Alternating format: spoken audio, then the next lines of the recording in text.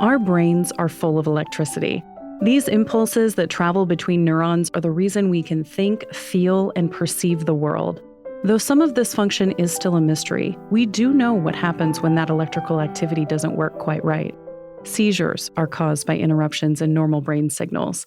And when a person's brain is chronically in a state of abnormal electrical activity, it leads to epilepsy.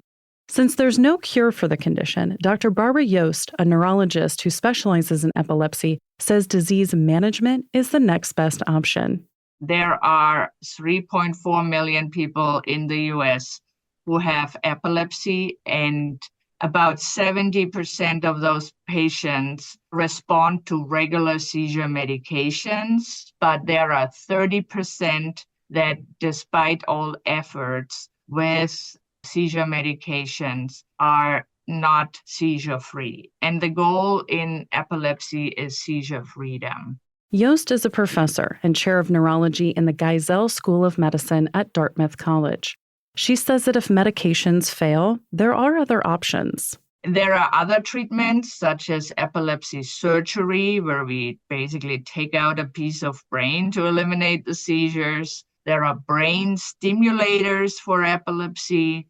There are also stimulators that go in the chest for epilepsy. And while some of these patients could be seizure-free through surgery or daily medication, there are other effects of epilepsy that Yost says are often underrepresented. There is also associated depression, and there is also often associated memory loss. And those things we don't have any cure for so far. So we can make things better. We can make the seizures go away. We can make patients having a very meaningful life, and you can have a totally normal life with having epilepsy. However, it's not like a surgery, whatever. You have appendicitis and you take out the appendix and everything is cured and you never think about it. This is not likely that this is going to happen. Especially since for some of these patients, none of the treatments lessen their seizures.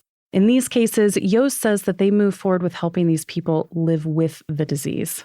A lot of those patients can't drive, have difficulties maintaining a job. So it's our job to support those people, eliminate the stigma, and also help patients where we, despite best efforts, we're not able to totally eliminate the seizures, to kind of get them through and make them live a meaningful life. Since there are so many people who are drug resistant, epilepsy researchers have been thinking of ways to treat the condition and improve quality of life without medication. One big theory is that music can be an effective therapy. In fact, an idea now called the Mozart Effect was first introduced in the early 1990s, when scientists claimed that Mozart's sonata for 2 pianos in D major had a positive effect on spatial reasoning. Then in 1998, other researchers found that when they played the same piece for epileptic patients, there was a reduction in electrical spikes called interictal epileptiform discharges, or IEDs. These are discharges of the brain that occur in between seizures. The patient doesn't notice them, but they are a measure and an indication that you have seizures and epilepsy. And actually, my group has done quite a bit of work that those indirect epileptiform discharges, so these abnormal, very brief electrical events, they're far shorter, they're like a hundredth of a second. They're really short, but they can interfere with your memory, for example. They are a good measure of how much electricity goes awry in your brain if you have seizures. And that's why we use it in science, these IEDs, to measure kind of abnormal electrical activity in the brain. And though the 1998 study showed positive results, the scientific community was split on how much they believe this specific piece of music could affect IED activity. So there are papers who confirm this effect, and then there are papers who say, oh, it's all not true. And there's quite a bit of discussion around this. Is this a true effect or not? Yost herself was a non-believer.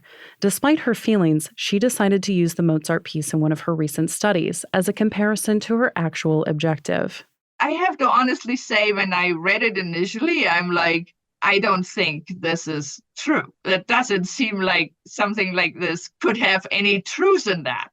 And so when we were looking for a comparator, we kind of said, okay, maybe we do this Mozart sonata and some noise and, these other tones and modulate the Mozart with the other tones and see what effect it has on IEDs. And I honestly believe it would. But Yost was proven wrong. The Mozart music did have an effect on the IEDs. Still, not quite able to wrap her head around it, but willing to push forward, Yost repeated the experiment, which was published in Scientific Reports in 2022. To help test the theory, they included other music in the research as well. Music that has the same spectral pattern than that Mozart sonata, music that the patients liked. So it was like, is it just that the patient likes the music, they feel better, and that's why they have less of these epileptiform discharges? And lo and behold, only Mozart did do the trick again. In addition to only the Mozart piece creating a positive effect, Yost found that the longer they played it for the patients, the greater the effect.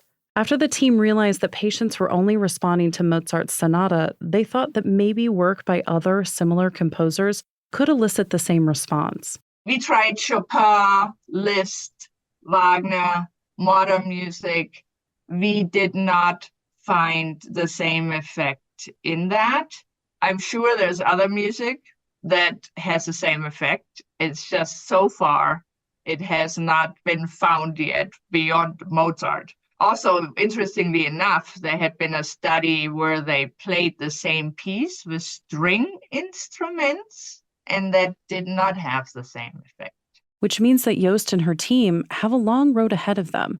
There's an infinite number of ways to change a song, so now they have to find the magic formula that decreases IED activity. So you can change the timbre, the tempo, the instrument, the interpreter, whatever. You can change so many things. And once that's figured out, they move on to what the optimal length of time is to play this music, and how many times it should repeat, if at all. But one important note is that this research is still in the early stages, so much so that Yost has only shown that it reduces IEDs, not specifically that it reduces seizures or improves memory.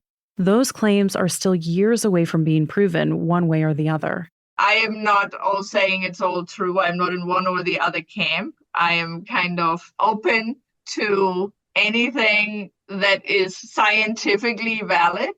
But if we really don't know, then we need to really study it and see what is really the truth. And if there's some truth into it or not. Our therapies are always focused on a pill or a chemical substance. And I think we should consider other therapy modalities. You can find more information about Dr. Barbara Yost and all of our guests on our website, radiohealthjournal.org. For more behind the scenes, follow Radio Health Journal on Facebook, Instagram, and X. Our writer-producer is Kristen Farah. Our executive producer is Amira Zaveri. I'm Elizabeth Westfield.